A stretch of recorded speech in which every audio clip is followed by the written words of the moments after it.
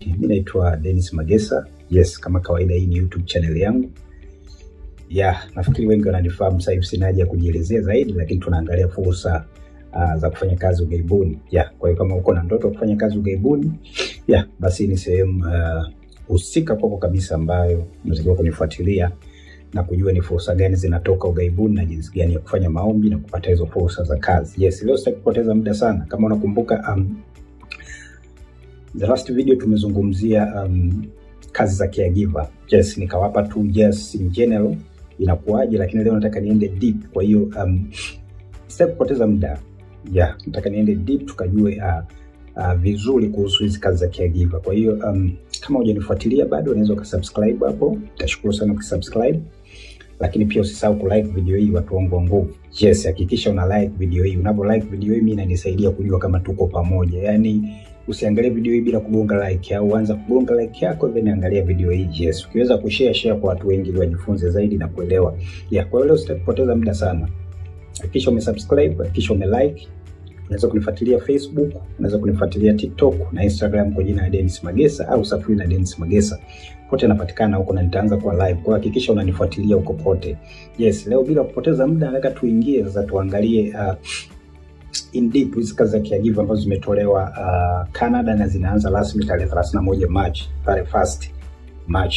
Sawa, tunataka tuingie in deep. Sasa leo nataka tuangalie vitu gani? Cha kwanza nataka tuangalie deep in general, namna ya kufanya maombi, vigezo na watu gani wanatakiwa kufanya maombi ili utimize vigezo ili uweze kufanya maombi au uweze kupata hizo kazi za caregiver.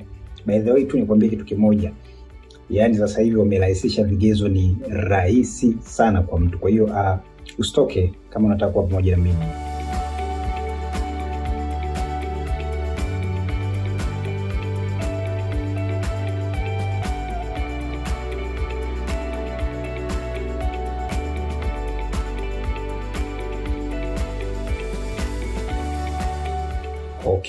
Kama nilivyokuambia. Kwa hiyo leo nataka tuende deep. Yaani sitaki kupoteza muda kabisa. Nataka tutumie muda mchache lakini tuangalie vitu vingi. Kama kawaida nipo kwenye official website ya Canada, ile tovuti rasmi ya Canada. Nafikiri wengi mnaifahamu. Sihitaji kuelezea sana. Tulishapita hapa kwenye Home Care Worker Immigration Pilots. Tukapitia, tukasoma vitu viwili vitatu, tukaelewa kwamba hii ni kazi. Kama hujaangalia video yangu ya nyuma, tafadhali rudi ukaangalie. Kuna maelezo zaidi kuhusiana na kazi ya Home Worker. Lakini kama ulishaniangalia vizuri, unaweza kurudi nyuma kaangalia. Kama ulishaniangalia tuendelee. Nilishaelezea maelezo kwamba mtu yote sasa hivi anaweza kwenda kufanya kazi Canada. Sasa leo tunataka tuangalie nini na nini wameoffer, vitu gani wametupa na maelezo kamili kwa mtu anayetaka kufanya maombi na hizi kazi. Actually anafanyaje? Tulisoma haya maelezo kawaida haya na tukajua kabisa kwamba watu wanaruhusiwa kwenda kufanya kazi huko. Kwa ajili ya kulea watoto na wazee, vilema na vitu kama hivyo, watu wenye utindio ubongo, any kind of disabilities na vitu kama hivyo. Leo tunataka tuangalie in deep. Sawa? Kwanza tusome ya maelezo chapu. Anasema the new Home Care Worker Immigration Pilot will make it easier, sawa, for home care workers in home support of home child and care or home child in care. Sawa? Yani in short tu anakuambia kwamba sasa hivi hii pilot program imefanya easy, yani imetengeneza urahisi zaidi, imefanya vigezo na kila kitu kuwa rahisi zaidi kwa watu kuja kufanya hizo kazi za home care na child care. Sawa? Sasa imefanyaje rahisi? Ndio natupa maelezo. Cha kwanza wanasema to become a permanent resident, yani imekusaidia kwa urahisi, unaweza kuwa raia au kapata kibali cha kudumu cha kuishi Canada. Umeelewa? Lakini namba 2 anasema amerahisisha to find work with a range of employers. Akisema hivyo maana yake zamani waajiri walikuwa mpaka wapitie ile MIA, yani wapate vibali vya kujisajili ndio kuajiri, lakini sasa hivi mwajiri yote anaweza kuajiri. Familia yote inayohitaji mtu wa care giver inaweza kukuajiri pasipokuwa na vibali vya MIA wala chochote. Kwa hiyo very simple. Tunaendelea. Yani tuko chap leo tupate maelezo kwa haraka zaidi.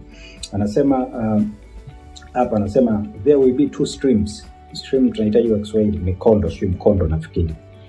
Kwa kuna mikondo miwili. Anasema workers in Canada, huo ni mkondo wa kwanza, wale ambao wako Canada huko wanaweza kufanya kazi. Na hao hata ukiwa una kibali ulienda kutembea huko au una mpango kwenda kutembea siku hizi 2-3, ukifika huko unaomba hizo kazi.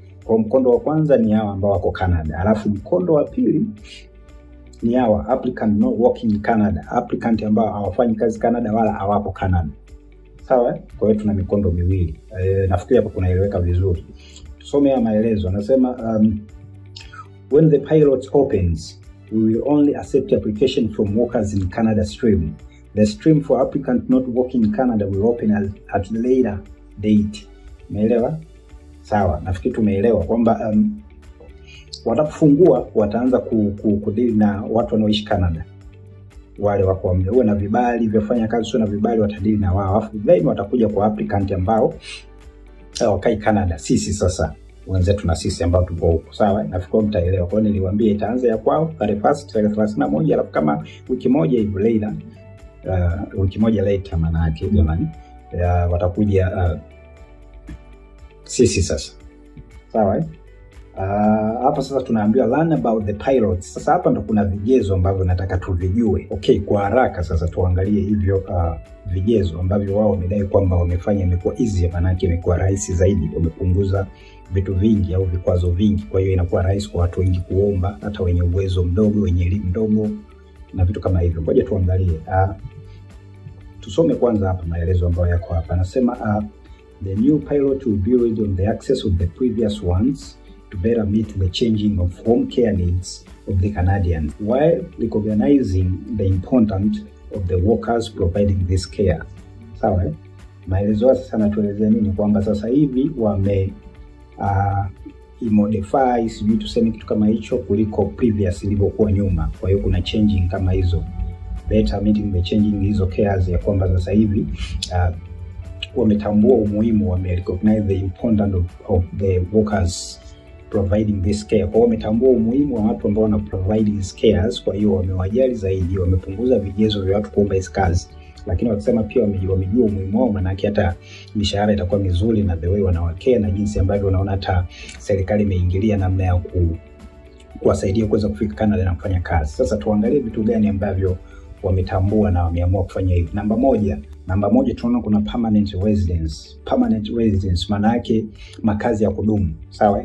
Yes, kwa hiyo hapa ukifanikiwa kupata kazi hizi maana yake unapata makazi ya kudumu.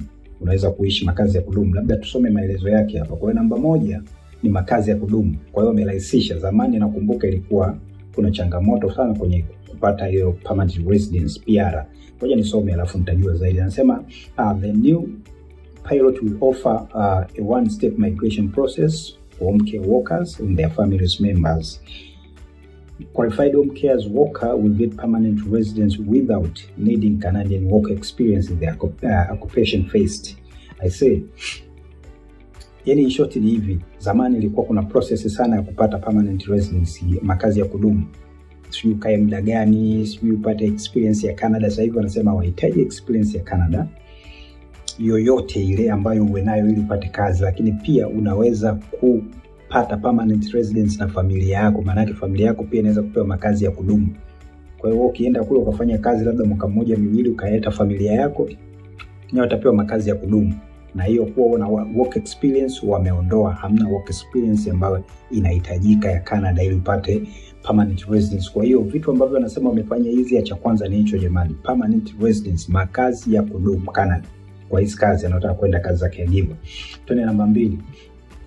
Namba 2 ni anasema reduced language and education requirement. Nafikiri hapa ndo wote inabidi tubezi hapa, kwa sababu wengi wamekuwa wakiniuliza elimu vipi, lugha vipi. Jamani, wamepunguza viwango vya lugha na kiwango cha elimu. Reduced language and education requirement.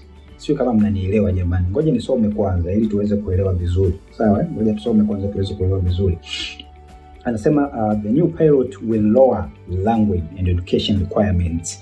Yani hii new pilot, hii programu hii itapunguza kiwango cha lugha na elimu kwa watu wanaokwenda kuomba applicants. Kwa anasema applicant will still need to have the skills required to perform the work and to be able to adapt the Canadian labor market. However, applicant will now only need, sasa hapa ndo anatuambia vitu ambavyo applicant atavihitaji, lakini huko ametuambia wameshapunguza hizo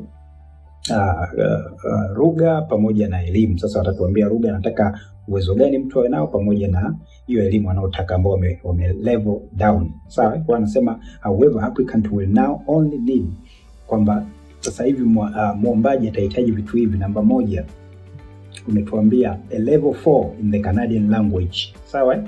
Alafu huku kuna hii ya Kifaransa, sio nini CLB. Hiyo ni Kifaransa kwa watu wanaojua Kifaransa, wao na level ya CLB. Sisi wa Kiingereza level 4 tunatakiwa tuwe nayo.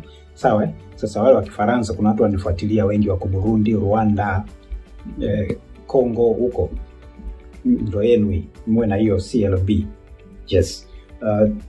Sisi tunaongea Kiingereza tunatakiwa tuwe na level 4. Jamani, level 4 wamepunguza sana. Kwa sababu mimi nazijua hizi level. Level 4 ni ndogo sana kwa wale ambao washafanya mitihani ya Cambridge. Level 4 ni ndogo sana. Level 4 ni kama like upate reading nafikiri ni 3.0, alafu hizi nyingine kuandika sio kusikia kufanya nini ni 4.0. Akati zamani ilikuwa reading upate ni 4.0, alafu hizi listening na vitu vingine kama hivyo listening writing upate 5.5. Walofanyaga mitihani ya British Council kipindi hiko wanafahamu. Yes, kwa hiyo sasa hivi level ya Kiingereza wameloa. Najua watu wengi hapa waelewi sasa hiyo level naipataje. Nafanya nitawaonyesha, kuna sehemu kabisa unaenda kufanya mtihani hapa wanakuonyesha unafanya mtihani. Ni level ndogo sana. Mtu aliyemaliza form 4 alikuwa sekondari anafanya mtihani na anapasi vizuri kabisa. Umeelewa? Kwa hiyo na kwanza wamepunguza kwenye hiyo lugha. Nitakuonyesha baadaye hapo mbele wameweka mpaka linki mpaka sehemu ya kwenda kufanya huu mtihani. Tanzania ukiwa Dar es Salaam kuna sehemu kibao za kufanya hapo Dar es Salaam na sehemu zingine wameweka. Yeah. Kwa hiyo cha kwanza lugha unatakiwa uwe na level 4. Maana yake level 4 ni ndogo sana, ni beginner hiyo tuseme tu ni beginner. Yaani mtu ambaye anajua Kiingereza cha kuwasiliana na anasikia akiambiwa kitu, ni level ndogo sana. Namba 2 anasema uwe na high school diploma. Sawa? Jamani, hiyo diploma kwamba ulisome chuo na diploma, hapana. High school diploma ya Canada kwetu ni form 4. Sio kama tunaelewana. Kwa mtu yeyote ambaye amemaliza form 4 anaweza kufanya hizo kazi za caregiver jamani. Wale ambao tumeishia la 7, tumeishia form 2, jamani hapa kidogo hatumo. Sisi tutafutane kwenye zile kazi zetu zile ambazo hazihitaji elimu zile, lakini hizi za caregiver form 4. Kwa form 4 kwa kawaida hii level 4 anaongea kabisa ni Kiingereza cha kawaida. Kwa hiyo tumeona permanent residence maana yake makazi ya kudumu, lakini pia tumeona kuwa wamepunguza lugha, kiwango kikubwa cha lugha na elimu. Kwa hiyo elimu ni form 4 jamani. Una form 4 yako uwe na 0, uwe na 4, uwe na ngapi, ruksa. Twende namba 3 anasema no in Canada work experience. Sawa? Yaani hii sihitaji hata kuielezea, uhitaji kuwa na experience ya kazi ya Canada. Umeelewa? Experience unatakiwa uwe nayo ni ile ya kujua tu jinsi ya kulea wazee na vitu kama hivyo, kwa sababu sisi wa Tanzania hivyo vitu tunafahamu. Unakaa na bibi, unakaa na babu, unamsaidia kumlea mjomba na matatizo kilema na magonjwa sio diabetes ya kisukari, asthma, pum na vitu kama hivyo. Kwa hivyo vitu tunaelewa namna ya kuwahudumia watu. Na nikushauri tu nikwambie kitu, caregiver ni kazi ya kujitoa, ni wito. Kwa kama una wito ndugu yangu usikimbilie kwenye hii kazi.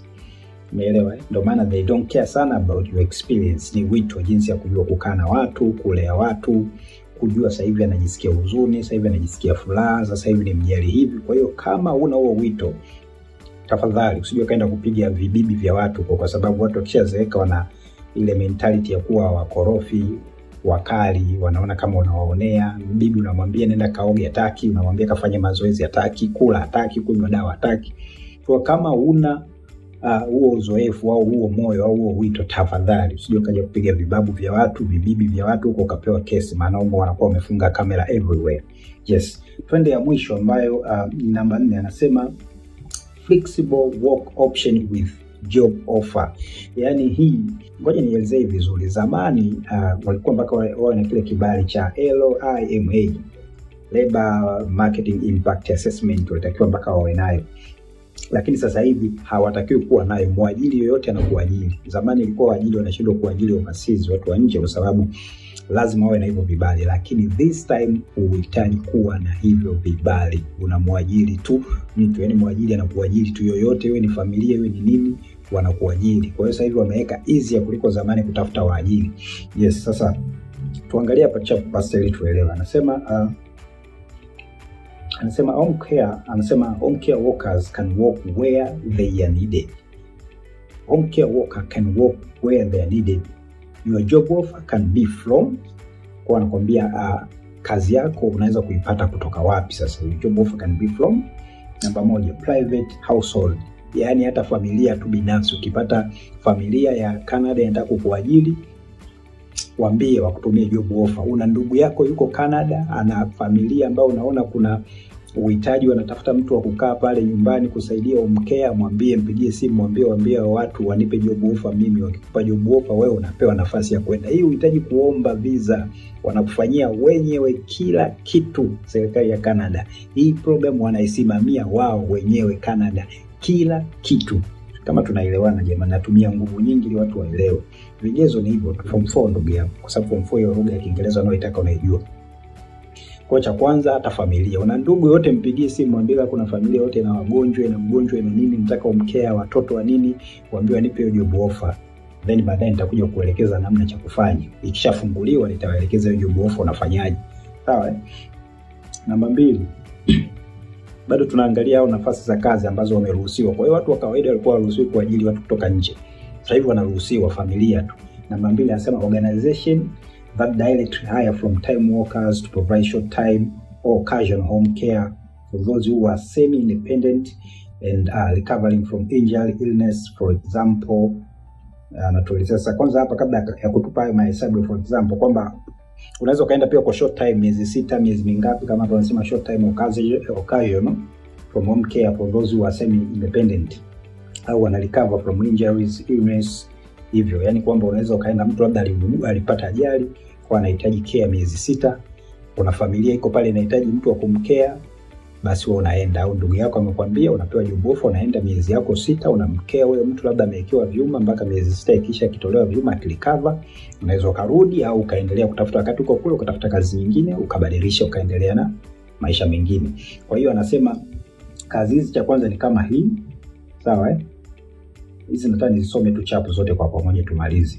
Sawa kwa hiyo anasema home health care service providers, hawa ni wa kawaida tu, wale wa nyumbani ambao wana provide home care, utakuwa unafanya kazi nyumbani. Sawa una service hiyo care providers, na kuna home care tena support service providers. Hao wote ni sawa tu, health na care support ni hakuna tofauti sana, ni watu wanaangalia afya ya mtu na watu wanaangalia care in general. Sawa then anasema direct agents, kwa kutakuwa na agents pia ambao ukiwapata watakusaidia direct. Wanaruhusiwa, agents walikuwa ni ngumu sana mpaka wapite kwenye process nyingi, lakini sasa hivi wanakuruhusiwa kukuajiri.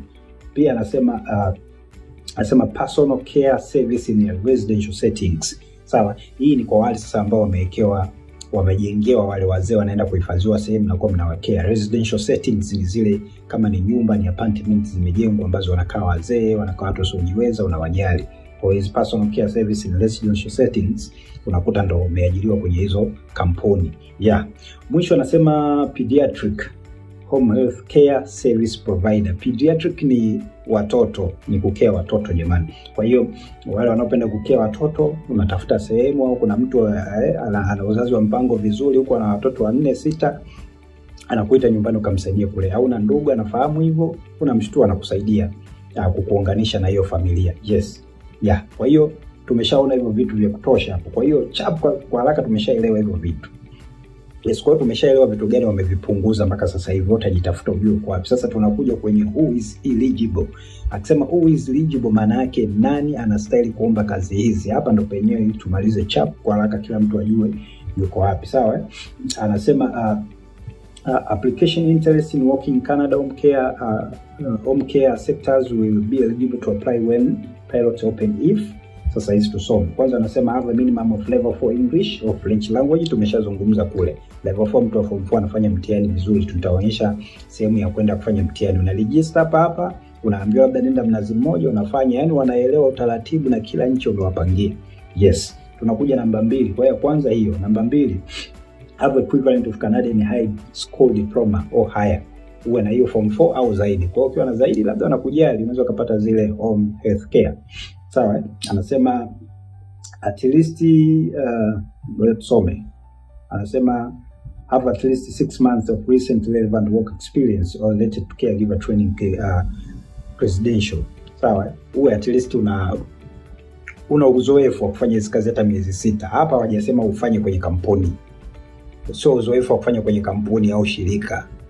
Uzoefu na bibi nyumbani, una nani ulimkea miezi. Unajua sisi hao mambo wa Afrika tumeshafanya, wa Tanzania tunafanya sana. Kuna bibi ana magonjwa na nini unakea, kuna dada na watoto unakea, mapacha sio nini unakea. Kwa hiyo tunajua.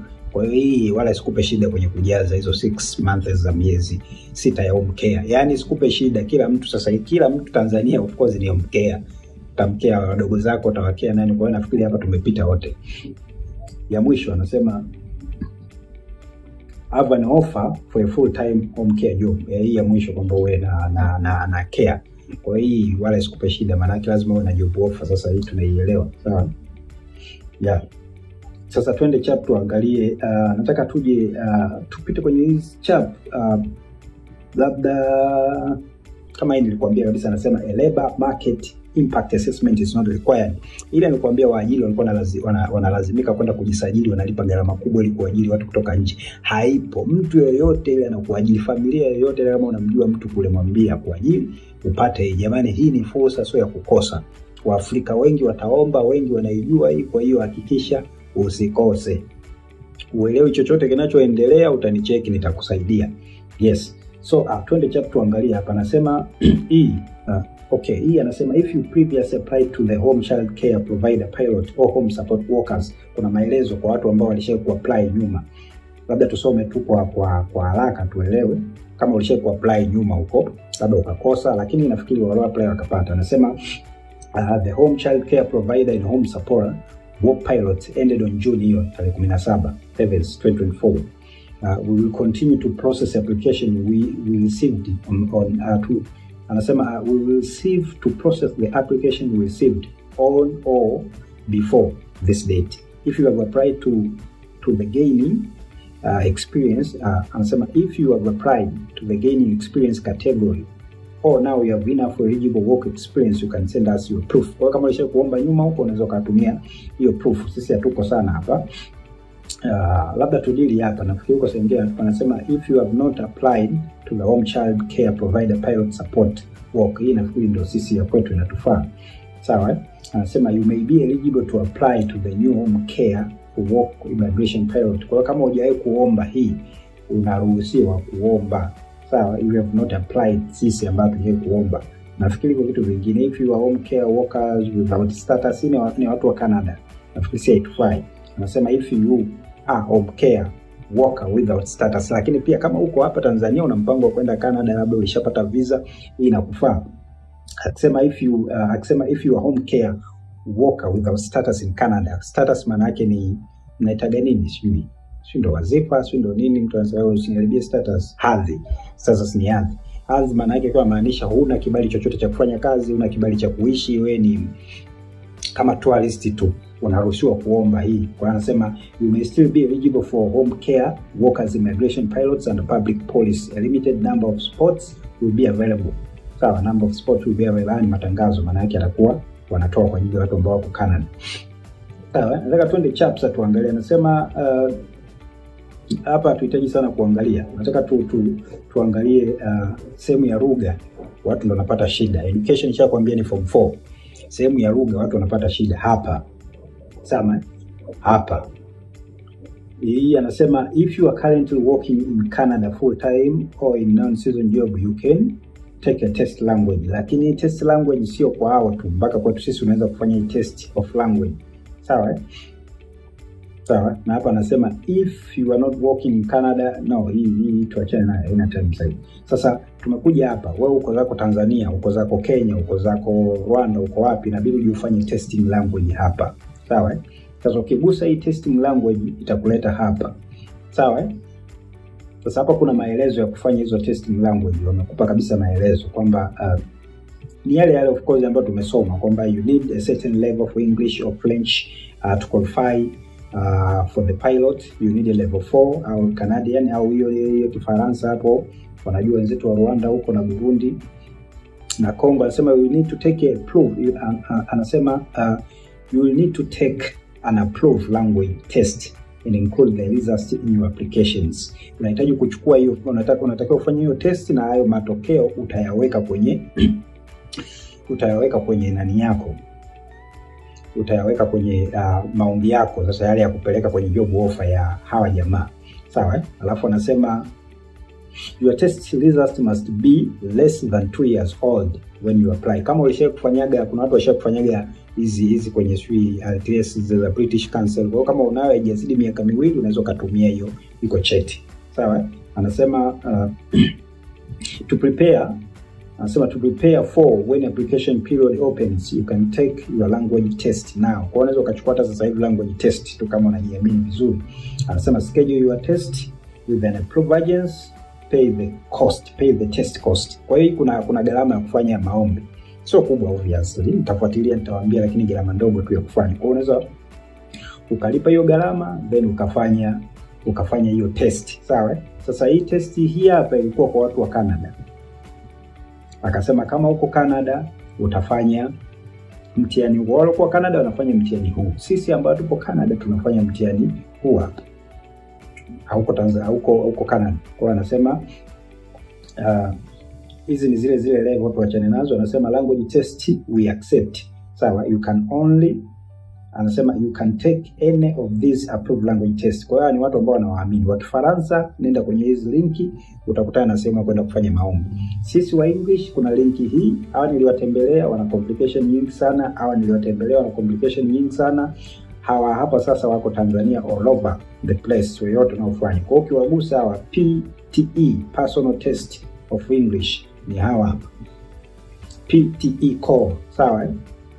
PTE call. Sasa ili ufanye watu ni very simple tu. Unachofanya unasema ngoja ni book test. Sawa? Let's say tunataka book test. Kwa hiyo tunakuja hapa ili tuone sasa tunaweza kufanya vipi. Sawa? Wanatuambia where do you want to go? Sasa sisi tuna Australia, New Zealand, United States, Canada. Where do you want to go? Unasema Canada. Sawa? Ukishasema Canada umechagua sasa. Wanasema wanakuuliza kwa sababu hii iko worldwide, yani nchi ambazo zinakubali hii system ya Australia, New Zealand, United States na United Kingdom zinakubali. Kama unaenda unaweza kutumia hii website kupima lugha yako kama unataka kufanya mtihani. Kwa tumeshachagua Canada. Where do you want to do? Unaenda kusoma, wanajua wenyewe unaenda kufanya, unaenda kusettle, kukaa, kuishi, unafanya hii, unaenda kufanya kazi, unaenda kujoin your families. Whatever. Sisi tunasema tunaenda kufanya kazi. Tunachagua hiyo. Sawa? Kwa hiyo anakuambia check availability au explore the test. Tunakuja hapa tunasema check available book. Kwa hiyo tunaweza tukacheck available book ili tuone hapo. Then tutatupeleka. Then sasa tukifika hapa ndio utachagua wewe unataka kwenda kufanyia wapi huo mtihani wako. Very simple, yani wamerahisisha sana sana sana. Mfano mimi nitasema labda Dar es Salaam, sio? Dar es Salaam, Tanzania. Hata ukiandika Dar es Salaam tu inafahamika, lakini let's say tujaze kiprofessional zaidi. Okay, jamani mnaona hizi. Kwa hiyo unaweza ukabuku hapa tarehe, unachagua tarehe gani unataka kwenda kufanya mtihani hapa. Unakuja unachagua muda gani unataka kwenda kufanya mtihani, unabuku. Kwa hiyo tuna hii Cast Tanzania Limited wanafanyisha huu mtihani wako Makunganya Street. Wanaoifahamu Tanzania wanaijua sana, kwenye Lita Tower, Sim Street. Pia box yao hii, na ukiingia ndani utakuta namba yao ya simu, utawapigia. Ukiingia hapo utakuta namba ya simu. Kuna Computer Pride Limited wako Kenyatta Avenue, hii ni Kenya. Naona hapo wamefungua worldwide. Hapa nao hii ni Kenya kwa watu wa Kenya, au Malawi, au Zimbabwe. Ukisema show more hapa zitakuwa ziko nyingi tu. Sawa? Kwa hiyo sisi ya kwetu hapa tuna Tanzania Dar es Salaam ambayo iko kwa Makunyanga. Sawa? So let's say tujaribu kuingia kwenye hii. Sawa, ukija hapo utaona kuna maelezo kabisa iko sehemu gani, namba yao ya simu unaweza kuwapigia. Ukiwapigia watakupa pia maelekezo vituo vingine ambavyo wapo mikoani. Sawa? Na namba ziko nyingi. Hizi zote ni contract ya kumpigia, kuna mail, kuna Muhammad na vitu kama hivyo. Sawa? Yeah. Hizi contract nimeziahidi kwa sababu ya kiusalama, kwa sababu naweza nikafungiwa kuonyesha contact za watu kwenye mtandao. Sawa? Kwa hiyo usishangae kuona nimeahidi ukaa uelewe kwa nini jamaa ameahidi hivi vitu. Yes, kwa hiyo usisubiri mpaka hii programu ianze. Unachotakiwa sasa hivi kuanza kutafuta waajiri. Sasa hivi uandae CV yako, ufanye maombi kwa waajiri. Ukishapata waajiri, unakaa na job offer yako, unasubiria hiyo tarehe 31 wakianza wenzetu, wiki ya kwanza tunaruhusiwa sisi sasa kuomba kazi. Sijui kama mmenielewa. Kwa sababu wengi wanasubiri, wanajua mpaka wasubiri ukifika muda wakiambiwa. Ukifika muda ni wenzenu tayari wana job offer, wameshaomba, wameshapewa kazi, wana zile barua za waajiri wao, kwa hiyo wanapeleka kwenye hii kwenye hii serikali ya Canada ili wapewe vibali sasa vya kuingia nchini na kufanya kazi. Sio kama unanielewa. Kwa hiyo usisubiri. Usiseme kwamba sasa hivi ninasubiri mpaka wafungue. Unatakiwa uanze sasa hivi. Sio kama unanielewa. Kama mimi nina watu ambao tayari tumeshaanza kufanya haya maombi. Tumeshaanza kuandaa CV, tumeshaanza kufanya maombi na tunaanza kuomba kwa waajiri kwenye familia na sehemu mbalimbali. Yes, na kuna baadhi wameshapata hizo job offer tayari. Ukishapata job offer yako kama hii, unasubiria ikifunguliwa tu pilot program hii. Wewe unachotakiwa, watatupa maelekezo sehemu gani ya kusend hizo application zetu za kuomba pamoja na job offer zetu. Na hizo sio English test na vitu kama hivyo. Kwa hiyo mapema, kwa sababu umegundua kuna kama hizo English test na nini, kwa hiyo unapokuja kwangu nitakusaidia, nitakwambia ni gharama gani na vitu kama hivyo. Yes. Kwa hiyo kama unajiweza mwenyewe, fuata hizo taratibu zote. Tengeneza CV yako, nenda kafanye maombi. Ukipata na job offer yako, ingia hapo kwenye test language, wapigie simu hao wako Swiss street gani tumeona hapo kwenye hiyo gorofa ya Lita, nenda kafanye huo mtihani. Ni wa Tanzania jamani, sio wa Tanzania, tunajua namna ya kuishi. Mimi nafikiri mnanielewa vizuri. Kwa hiyo mitihani haiwezi kukutisha. Nyinyi mnaelewa sio wa Tanzania tunavyoishi. Kwa hiyo wewe unajua namna gani ukienda pale ukafanya manuva yako na ukapata iko cheti na cha kuhakikisha kwamba lugha uko vizuri. Yes, ili tuendelee na mambo mengine. Sihitaji kuongea sana hapo, nafikiri tunaelewa cha kufanya. Kama wewe ni Mtanzania, unaelewa ni cha kufanya. Uelewe zaidi, unaweza ukanicheki mimi. Kwa hiyo mimi sina mengi, mimi kwa leo naishia hapa.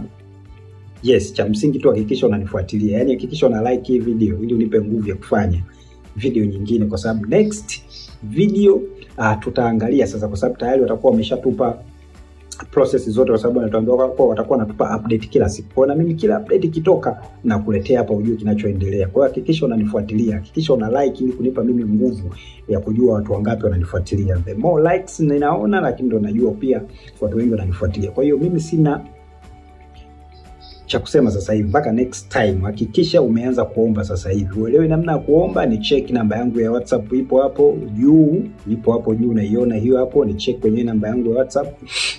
Nitakusaidia namna ya kufanya. Kama unahitaji CV, unajua kufanya maombi mwenyewe, ni check, ninaandaa CV vizuri kabisa. Nitakusaidia namna ya kuandaa CV, then utafanya maombi mwenyewe. Kama una CV zako, unajua namna ya kufanya maombi, njoo na CV zako, nitakusaidia. Kama unahitaji mchakato mzima, njoo nitakusaidia pia kufanya mchakato mzima. Yes, una shida kwa sababu hii lazima uwe na passport.